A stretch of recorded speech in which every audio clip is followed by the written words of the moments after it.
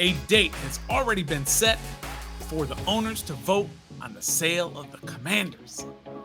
All this and a whole lot more with a special guest on the Daily Commanders Update for Friday, June 23rd, 2023. Well, let's go. Greetings and salutations. Welcome to the Daily Commanders Update here on Ref the District. I am, of course, the Stoner. We've got a great show for you today, but before we get started, make sure you hit that like button, that subscribe button, and the notification bell so you know when we're putting out content, which is all the time. All right, so we've got a great show to wrap up this week. We've got radio superstar Adam Epstein. You can catch him weekdays 12 to 3 on 910 The Fan in Richmond, or you can listen to him from pretty much anywhere by using the Odyssey app. Welcome to Ref the District, Adam Epstein. Awadd. What's going on, buddy? How are you? All right, what's happening? So before we kind of get into this Commanders and a little bit of Wizards talk and everything, not everybody knows the derivation of Awadd. Yeah, I get asked this 1,000 times. Yeah. So tell the people who are watching or listening to you for the first time what the derivation of Awadd is. Well, it's something I've struggled with, right? Because in high school, I was Adam Epstein. My friends called me A-Eps or Eps, right? And then in college, I was Awadd. I was not Awadd. I was Adam. I was the sports nerd on Twitter. And when I started at the Junkies, I wanted everybody to call me the sports nerd. I was like, I'm the nerdiest guy for sports. I love all sports, chess, basketball. It doesn't matter. I just love sports. Yeah. And day one, they said, no, that's not how it works on our show. They said, you are replacing Awadd. You would just take out the E, put in the A for Adam, and you're Awadd. Yeah. And as much as I tried to change it, the Junkies are too powerful. Their audience is too big. That even in Richmond, I meet people now and they're like, oh, Awadd, how you doing? Right. So now you're just embracing it, right? You just got to go with it. At this point now, the brand is too big. I'm Awadd till I die. That's right. Well, you are killing it in Richmond. And as, I'm a P1 for the Junkies. And so I've seen it right from the beginning and you're killing it. Congrats on doing all that you're doing there. Thank you. All right, so the big news this week for the Commanders, let's get right into it. I think the big news just happened today when it came out that the owners are going to meet on July 20th, and they are going to vote on the sale of Dan Snyder to Josh Harris, right? And it's expected to be a unanimous 31-0 or 32, whatever. I don't know if Dan gets to vote to kick himself out. But I'm not going to ask you about your feelings on Dan because we know nobody likes Dan. There's not one person that wants Dan to stay on as owner. But I do want to ask you, what do you think that the first order of business is going to be? No, what do you want the first order of business to be for Josh Harris once he takes over July 20th?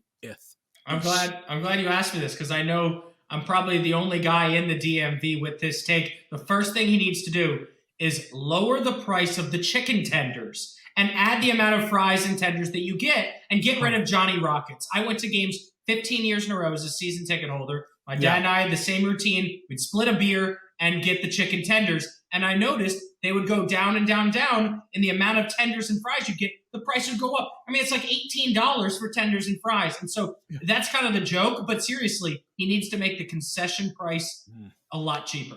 Yeah. And Johnny Rockets, I think that's a Dan Snyder owned restaurant, or at least at one time. So you'd be fine with them just throwing out Johnny Rockets altogether. Oh, please. I mean, Dan Snyder had no idea what he was doing with like the food at Commanders games. There was one year where they were serving stir fry and people were standing with a bowl and forks. And it's like, that's not a football game. Give me a hot dog. Give me a hamburger. Give me chicken tenders. Yeah. But were the chicken tenders any good? They used to be good. They used to be good. Yeah. Not anymore. Well, like you said, you've been a fan all your life. You were a season ticket holder. And is your family still? Or no, they gave them up? We gave them up the year Alex Smith broke his leg. Oh, wow. Yeah. Well, because of that, or you just had enough? You'll have to ask my dad. He was paying the bills, but he was traumatized by that injury. He really was. Oh, sure. Yeah. Were you ever close to giving up your fandom and say, I just can't do this anymore? No, but I will say that this is the most excited I've been in 10 years. The Mm, last few years have been really rough, and it's gotten to the point where I don't even care about preseason as much. Give me the regular season. mm, As a kid, I was like all in for preseason because you're yeah. watching guys people have never heard of. And so the last few years, I was out on preseason, but now I'm all the way back in. Well, what was the big change? What brought you back to be all in again? It was 2/2/22. No, I'm just kidding. It was not that at all. It Right. was, I think, I'm pretty sure it was August or April 22nd, the first time that we heard this year that the sale would be finalized. Right. I mean, that's what's Mm, so weird about this July 20th thing. It's like we've already popped champagne twice, right? We've already drank the buy Dan beers already twice, but I guess July 20th will be the officially official oh, okay. date. Mhm. So it doesn't have anything to do with, say, Sam Howell. Are you a Sam Howell? Are you No, a Howler? I'm not a howler. No. I'm a Caleb Williams guy. Oh, So I you want kind a of tank? I kind of want to tank. I Yeah. mean, look, this guy's unbelievable, right? And he's what everything that Dwayne Haskins was supposed to be, except for even better. And he's showing it in college. Like a local, I want a local guy to be quarterback. I think that's a cool story. But I'm all the way back in. Has nothing to do with anyone on the roster. It's the fact that Dan Snyder's not getting our money anymore. Sure. Well, what is your kind of overall impression just looking at the team? I know you talk about them every single day. What is your impression of what you think this team is going to be this year? Yeah, and you came on the show earlier this week, every day at 1 p.m. Open up the phone lines. Love to have anybody call in, talk about the Commanders. Uh, the thing for this year is I love Eric Bieniemy. I love what he's bringing, the creativity to the offense, the fact that he's fired up and he's screaming at these guys.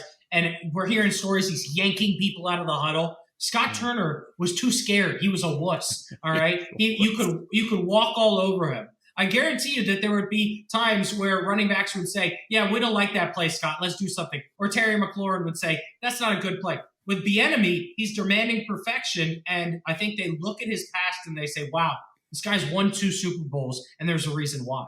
Yeah, for sure. He gives the offense credibility at the very least. Yeah, All right, so let's switch over to the Wizards. Let's talk about them. I know you're probably a little bit more passionate about the Wizards than you are the Commanders at this point. Are you ready for 3 to 5 years of absolute futility of 20 to 25 wins per year? Are you ready? I am ready because I don't care about wins and losses. I care about the product that I'm watching on the court, Mm, right? And so I want to watch some young guys that want to win the game. And I was so over Bradley Beal. Like I mm, said this on my show, it got personal with me and Bradley Beal. Like if I saw Bradley Beal, I would tell him to his face, "You're not a good leader, and you shouldn't have gotten paid that money here in Washington because of all the times that we watched him make a mistake and then blame his teammates." Or I talked about the specific play where he threw Denny Avdia the ball on a fast break, and Denny dropped it. It was a little behind him. He dropped it, went out of bounds, and Bradley goes, "Ugh." right. And it was just, and the cameras caught it. And I was like, Yeah. that guy's the leader? Get Yeah. the hell out of here. Yeah. So it's his body language a lot of times. And I noticed that too. It's just his body language just kind of, I mean, they were losing all the time, so you kind of understand it. That's not what leaders do. Right. Leaders have to overcome the bad stretches of basketball and their teammates not being up to their level. But you're right. Just him as a leader might have been where you needed him the most, and he just didn't live up to it at 250 million. Yeah, and I don't know how he convinced an NBA statistician to say that he was the most clutch shooter in the league last year because Yeah. Dave Johnson and everybody with the Wizards was going with that stat. And I was like, what Yep. eye test told you that? Maybe Yeah. if he gets off the shot, it goes in. But most of the time, he travels or he dribbles off his foot or he passes the ball out of bounds. Yeah. Yeah, definitely in clutch situations. He was not the best. And I think the junkies talked about this week, but do you have in your head an iconic moment for Bradley Beal? I I do. mean, oh, Yeah, okay, you do. I do. It's a 50-point game where he scored and we still lost. And Right, and right. and I'm almost pretty sure he had like 46 through 3 quarters and then just didn't show up in the fourth quarter and we lost. Yeah. You know. Yeah. So that's your Bradley Beal moment. Yeah. All right. So do you like this new style that the Wizards obviously have? The new style in terms of how they are putting together a roster, which is completely different than the patchwork type style that they were doing with under Ernie and then of course under Tommy. Do you like this whole just blow it all up and let's just start all over? Yeah, because I had to take a step back, right? And I want to give a shout out to Craig Hoffman. I listened to him and Chris Russell. They had a great conversation about this week. And Craig said, look at the past 20 to 25 NBA champions. Aside from the Detroit Pistons, you have to have a top 5 player in the NBA. Mm-hmm. I mean, look at recently. Jokic, Giannis, LeBron, and Curry. I mean, you need a top dog, and we didn't have that. And we weren't anywhere close to getting that with the guys on the roster. And so, at first I was like, hey, what would it be like if Kristaps, Beal, and Kuzma were healthy for a full season and they had a good coach? But then I realized that's not going to happen. Kristaps can't stay healthy. Beal's not a good enough leader. Kuzma wants to get $30 million. And so you got to blow it up. And we're taking these guys here that are 19 and 20 with the hope that they can become. I mean, they're calling Bilal Coulibaly, Giannis Jr. That's not going to happen. I'm almost positive he's going to be a bust, but I would rather take a shot on him with the possibility of him being a top dude in the NBA. Yeah, sure. The Wizards haven't had a top dog. I mean, you could say maybe Agent Zero, maybe Gilbert was, but he was still only maybe a third team All NBA, just like Brad. Yeah. They haven't had that top dog. No, and we made the mistake of believing that was John Wall. I mean, think about this. We paid John Wall, and then we paid Otto Porter. And then Ted said, we're going to double down because Bradley Beal's been loyal to us and pay him too. Yeah. And Ted Leonsis is a terrible basketball owner, but finally he seems to realize that, and that's why he went outside the organization. Yeah. And what about this Jordan Poole deal? Do you think he's a guy that they're going to kind of build around, or do you think he's just a guy who's taking up enough salary so they don't get in trouble for not spending enough, and he's just going to be, chucking the ball 35 times a game to get his, 24 points or whatever? It's actually a brilliant move because a lot of people around the NBA really like him, and he's regarded as a guy that could become a legit number one in the NBA. But I'll tell you, don't buy his jersey. Don't buy a Jordan Poole jersey. He might score 35 points a couple of games this year. That's a trade piece. His contract's too big. And so he's not going to be the rebuild, in my mind, ends around 25, 26. He's not going to be on the roster then. So hopefully he has a couple 40-point games this year, and then you trade him around the deadline. Sure. Get maybe a first rounder for him and just get rid of that contract. Yeah, I totally agree. And then kind of the last question on the Wiz, Denny Advia, who is in his 4th year now, he is he's the longest tenured player for the Wizards. Is he a building block, or is he just kind of a supporting piece that's going to be gone as well? I mean, we'll see. They're going to make him the face of the franchise. You're going to see more yarmulkes than Wizards hats at the games this season. Hey, and that's good for you, right? I'm fired up for that, and I've been a big Denny supporter, so I want to see what he can do. It's interesting because it does seem like he won't be here in the future, right? So maybe he plays well, and then you have him as a trade piece because they don't want to get in a situation where he plays so well, and then you have to offer him $125 million. Right. And that's the NBA is so crazy nowadays because you have to pay guys before they're even worth it. Sure. I mean, look at Tyus Jones, who they traded for. That guy has started less than 100 games in his career. And I think he's in his 7th season. And he's making $14 million a year. And he's a backup point guard. But that's the NBA.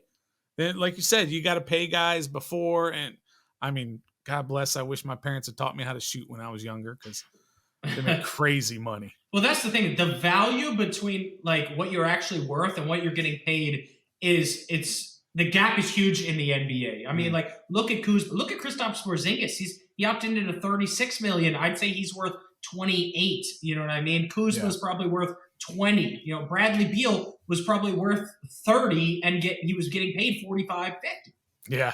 So it's crazy. It is crazy. The salaries, the guaranteed salaries in the NBA are just mind blowing. But God bless them. The owners are going to take it if they don't give it to the players. So it ought to go to the players. I completely think they should get that. So Adam, before we let you go, why don't you tell us a little bit about your show, specifically when we can see you and hear you and all of that. Absolutely. I'm grinding. You can hear me Monday through Friday, 12 to 3 p.m. I'm also on Saturday mornings on 106.7 The Fan, 9 to noon. I love that show. Richmond, that's my day-to-day job. I love doing college sports and all that. Mm. But the DC show is, that's my audience that knows me from the Junkies. And so I can open up the phone lines and take 100 calls. So I love doing that Saturday morning show, 9 to noon. You can always tweet me at Awadd Radio. And if it's a good tweet, I do read it on the air. So thanks for the support, guys. All right, fantastic. Well, that's Awadd Adam Epstein. We appreciate your time talking a little bit of Commanders and the owners and Sam Howell and Eric Bieniemy and all that, and of course some Wizards with their new direction that they're going on. Thanks for stopping by, and everybody who is watching. If you get a chance, hit that like button, subscribe, and notifications. We'd appreciate it. This has been the Daily Commanders Update on Ref the District, and until next time, be a fan.